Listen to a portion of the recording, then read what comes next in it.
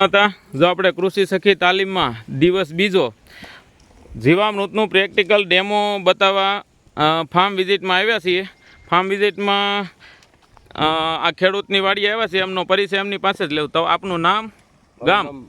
રોહિતભાઈ મનસુરભાઈ કરેતા, મારું ગામ ખાંભા। તમે કેટલા વીઘામાં પ્રાકૃતિક ખેતી કરો? છેલ્લા હું 12 થી 13 વીઘામાં પ્રાકૃતિક ખેતી કરું છું। જંતુનાશક દવા નહીં અને 200 આંબાની કલમું છે, એમાં 50 થી 4 વર્ષની છે।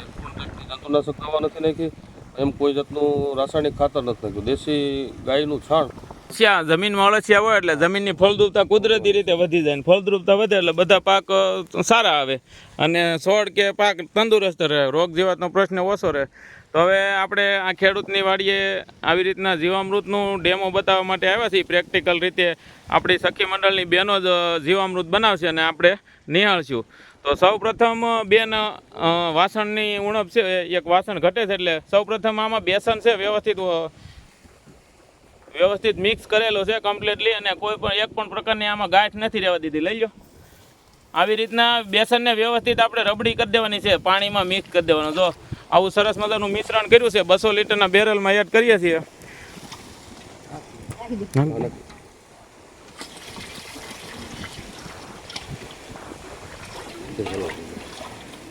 જો આ બેને અહીંયા સરસ મજાનું બેસનનું મિશ્રણ કરીને વ્યવસ્થિત બેરલમાં એડ કરી દીધું। ત્યારબાદ આપણે ગાયનું ગોબર, દેશી ગાયનું ગોબર, આવું સુપાચ્ય ગોબર લીધું છે અને આવી રીતના પાણીમાં મિક્સ કરીને વ્યવસ્થિત રબડી થઈ જાય ત્યારબાદ આપણે બેરલમાં ઉમેરશું।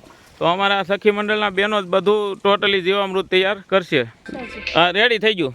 જો બેને સરસ મજાનું આવી રીતના ગોબરનું રબડી કરીને પાણી સાથે મિક્સ કરીને બેરલમાં નાખે છે। ત્યારબાદ આ બેરલને આપણે વ્યવસ્થિત હલાવી નાખશું એટલે ગોબર એકદમ મિક્સ થઈ જાય। ત્યારબાદ બીજા એક બેન આવશે, ગળની સ્લરી નાખશે। કોઈ એક બેન આવી જાઓ, ગોળની સ્લરી તૈયાર કરેલી જ છે। જો આવી રીતના એકદમ ગોળ ઘન હોય પ્રવાહી કરીને જ આપણે એડ કરવાનું છે। બાકી તો ખરેખર જીવામૃત બનાવતો હોય જાજા લોકો તો એમને બધું બેરલમાં એડ કરી દેતો, પણ આપણે એવી રીતના નથી બનાવવાનું, આવી કાળજી રાખીને જીવામૃત તૈયાર કરવાનું છે। ગોળ એડ થઈ ગયો ત્યારબાદ હવે ગૌમૂત્ર બાકી છે, ગૌમૂત્ર એક બેન લેશો અને નેક્સ્ટ બીજા બેનને જ લેવાનું। હાલો ગૌમૂત્રનું આ કેન ઉપડી લઈ લો। જો આ બેન અમારે પ્રાકૃતિક ખેતી કરે છે અને 100% અનુભવ છે અને પાછા છતાંય તાલીમ લેવા આવ્યા છે। અત્યારે છે અમારે 3 છે, અમારે 10 વીઘા। સરસ મજાનું ગૌમૂત્ર નાખીને મિક્સ વ્યવસ્થિત કરી દીધું છે। હવે મુઠ્ઠી માટી બાકી રહી છે, આપણે સજીવ માટી બેન લઈને આવ્યા છે, વડ નીચેની સજીવ માટી આ બેરલમાં સીધી નાખી જો, પણ આપણે વેરવાની છે, એકદમ નાખી નહીં દેવાની, એટલે બેરલમાં વ્યવસ્થિત ભળી જાય એમ, આખાઈમાં વેરો થોડી થોડી। હા જો એમ આપણે માટીનો ભૂકો નાખવાનો છે, બરોબર, ગાંગડા નહીં। એટલે જો આ બેન વ્યવસ્થિત રીતે માટીનું મિશ્રણ થઈ જાય એવી રીતના નાખે છે। હવે બીજા એક બેન આપણે આવે છે, એ ઘડિયાળની દિશામાં જીવામૃતને હલાવશે અને લાકડાના દંડીકેથી। આમાં લોખંડનો સરિયો કે લોખંડનું બેરલ નથી વાપરવાનું, સિમેન્ટની ટાંકી હાલશે ને પ્લાસ્ટિકનું બેરલ હાલશે। તો આ રીતના ઘડિયાળની દિશામાં, બ્રહ્માંડની દિશામાં હલાવવાનું છે। આમ હલાવવાથી જે અંદર સજીવ બેક્ટેરિયા, સજીવ જીવાણુ છે એની શ્વાસોશ્વાસની ક્રિયા સક્રિય થાય છે, એટલે એને દિવસમાં આપણે 2 વખત સવાર સાંજ હલાવીને તો શ્વાસોશ્વાસની ક્રિયા સતત શરૂ રહે છે।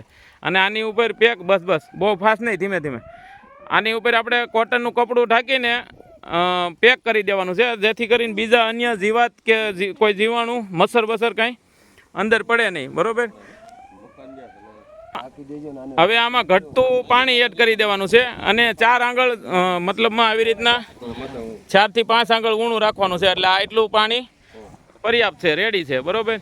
તો આ જીવામૃત બનાવતા શીખી ગયા, આ સવાર સાંજ 2 ટાઈમ હલાવવાનું કામ કરવાનું છે, ઠંડા પોરે, મતલબમાં સવારે દી ઉગે અને સાંજે દી હાથમાં, એ સમયે હલાવવાનું।